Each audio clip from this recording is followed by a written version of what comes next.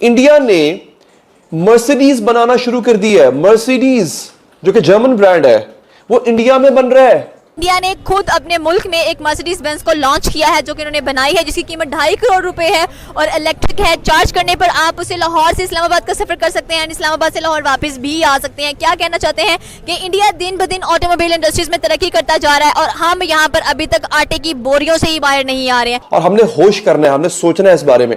हमारे मुल्क में नाजरीन जो टोयोटा का मैन्युफैक्चरिंग प्लांट था बंद पड़ा है, इंडस मोटर्स यानी सुजुकी का जो मैन्युफैक्चरिंग प्लांट है वो बंद पड़ा है, ऑटो पार्ट्स की जो इंडस्ट्री है वो तकरीबन बंद होने वाली है।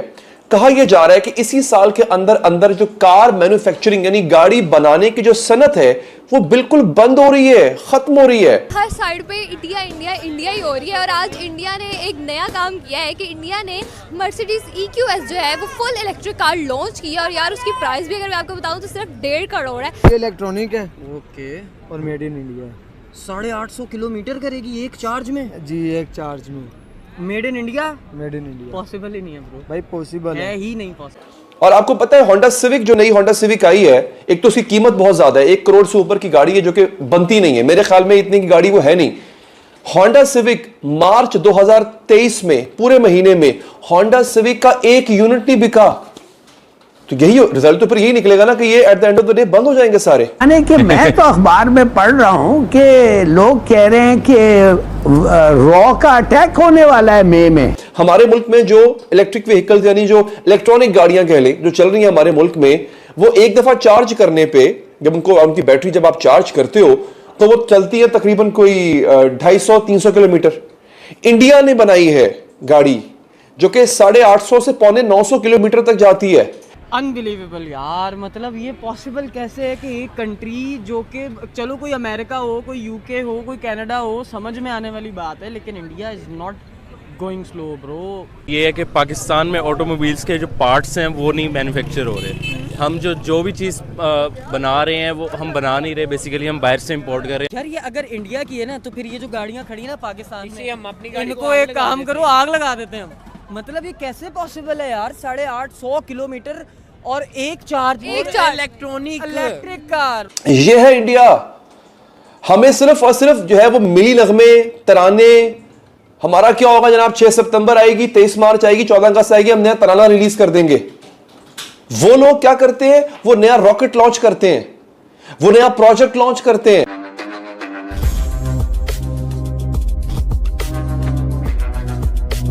कि इंडिया ने एक ऐसी गाड़ी खुद लोकली मैन्युफैक्चर की, यानी खुद बनाई है गाड़ी इंडिया ने ऐसी कि जो एक दफा चार्ज करने पे, जी हाँ पेट्रोल की बात नहीं हो रही है बिकॉज गाड़ी जो है वो ईवी है, इट्स एन इलेक्ट्रिक व्हीकल। एक दफा चार्ज करने पे वो गाड़ी 850 यानी तकरीबन 950 किलोमीटर करती है। ये इंडिया के अंदर रेवोल्यूशनाइज ऑटो सेक्टर की जो है वो एक शक्ल है जो मैं आपको दिखा रहा हूं। और गाड़ी कौन सी, आप हैरान रह जाएंगे। आपको पता है हमारे मुल्क में, मैं आपको थोड़ा सा कंपैरिजन दूंगा इसका, और हमने होश करना है, हमने सोचना है इस बारे में। हमारे मुल्क में नाजरीन जो टोयोटा का मैन्युफैक्चरिंग प्लांट था बंद पड़ा है, इंडस मोटर्स यानी सुजुकी का जो मैन्युफैक्चरिंग प्लांट है वो बंद पड़ा है, ऑटो पार्ट्स की जो इंडस्ट्री है वो तकरीबन बंद होने वाली है।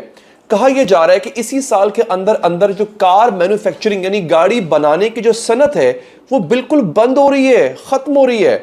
और आपको पता है होंडा सिविक, जो नई होंडा सिविक आई है, एक तो उसकी कीमत बहुत ज्यादा है, 1 करोड़ से ऊपर की गाड़ी है जो कि बनती नहीं है। मेरे ख्याल में इतनी की गाड़ी वो है नहीं। होंडा सिविक मार्च 2023 में पूरे महीने में होंडा सिविक का 1 यूनिट नहीं बिका। तो यही रिजल्ट तो फिर यही निकलेगा ना कि ये at the end of the day बंद हो जाएंगे सारे।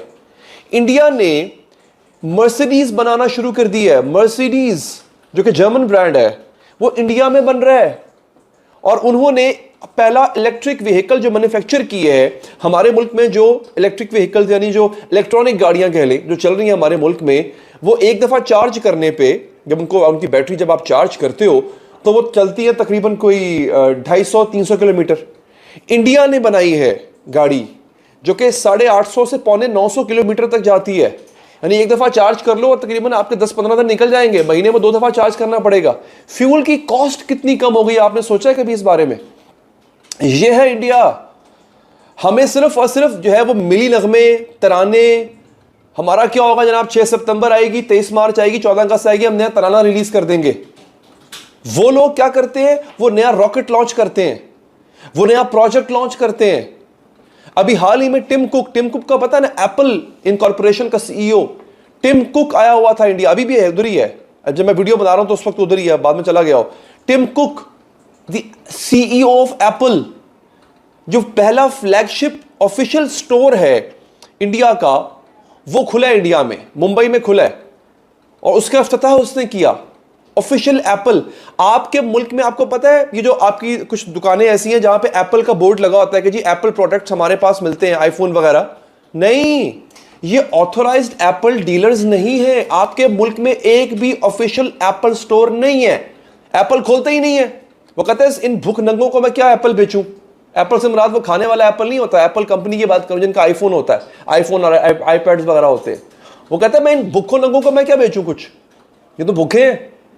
इंडिया के अंदर खुला हुआ है, हर बड़ा ब्रांड इस वक्त इंडिया में मौजूद है। 450 अरब डॉलर्स की एक्सपोर्ट है उसकी, हम 20-22 अरब डॉलर से आज तक ऊपर नहीं जा सके। 100 डॉलर के करीब, 100 अरब डॉलर के करीब इंडिया की सिर्फ आईटी एक्सपोर्ट्स हैं।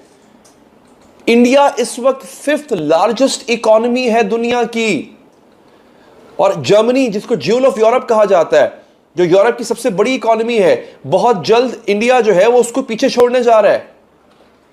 इंडिया की आबादी चाइना से बढ़ गई है। जी हां, इंडिया की आबादी अब 29 लाख बढ़ चुकी है चाइना की आबादी से, 29 लाख लोग ज्यादा हैं। तो इतनी बड़ी मार्केट, और हमें क्या बताया जा रहा है। अगेन मेरी बातों को आपने बड़े गौर से सुनना है कि इंडिया आपका दुश्मन है। भाई दुश्मन तो सऊदी अरब और ईरान भी थे एक दूसरे के, वो आज एक हो गए हैं अपने मुल्क के और अपनी नेशन के, अपनी कौम के मफाद की खातिर। आप यकीन कीजिए जो मैं बातें करने जा रहा हूं ये बड़ी खतरनाक बातें हैं, इन बातों के ऊपर तो उठा लिए जाते हैं लोग, लेकिन मेरा काम है हक सच बोलना, मैं बोलूंगा। आज अगर हम इंडिया के साथ ट्रेड शुरू कर दें, हमारी है 22-23 करोड़ की आबादी, उनकी है 1.5 अरब की आबादी, कितनी बड़ी मंडी है, वहां पे कितनी चीजों की खपत है। उसकी वजह बताता हूं, उसकी वजह यह है इंडिया की 450 अरब डॉलर्स की एक्सपोर्ट्स हैं, ठीक है, बरामदात हैं, लेकिन इसके बरअक्स उसकी 750 अरब डॉलर्स की इंपोर्ट्स भी हैं। इसका मतलब है इंडिया को जरूरत है चीजों की। अब इंडिया वो इंपोर्ट्स कहां से करता है, चाइना से करता है, वो करता है यूरोपियन कंट्री से करता है। तो अगर इसका मतलब है इंडिया को चीजें चाहिए, इंडिया वालों को चीजें चाहिए, 750 अरब डॉलर की इंपोर्ट्स कर रहा है वो। और अगर एक मुल्क की इंपोर्ट की जरूरत इतनी ज्यादा है, इसका मतलब यह है कि कोई और मुल्क उसकी वो खपत पूरी करके अपनी एक्सपोर्ट्स बढ़ा सकता है। सबसे करीब कौन है इंडिया के इस वक्त, हम हैं। ये बॉर्डर लगता है हमें इंडिया का, वाघा बॉर्डर लगता है। अगर हम ट्रेड शुरू कर दें इंडिया के साथ, सोचें हमारे यहां पे फैक्ट्रियां जो बंद हो रही हैं वो चलना शुरू हो जाए, दोबारा रोजगार मिले, उनको अभी चीजों की जरूरत है, हम बनाएं, उनको बेचें, हमें कितना फायदा होगा इसमें। हमने एक ही बनाया हुआ जनाब, हमारा भाई ठीक है दुश्मनी कर लो ना, चाइना और इंडिया। अब मैं आपको एक मिसाल देता हूं, जिन लोगों ने मुझे फतवा लगाना है बाद में फतवा लगा लें, मिसाल देता हूं आपको। चाइना इंडिया का दुश्मन है, इंडिया चाइना का दुश्मन है।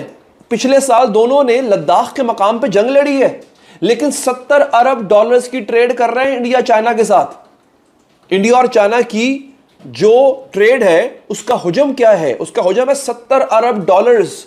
ये 2021-22 की फिगर्स बता रहा हूं, हो सकता है 22-23 में बढ़ गई हो। जिस वक्त जंग हो रही थी चाइना में और इंडिया के दरमियान, उस वक्त दोनों के दरमियान 70 अरब डॉलर्स की ट्रेड भी हो रही थी।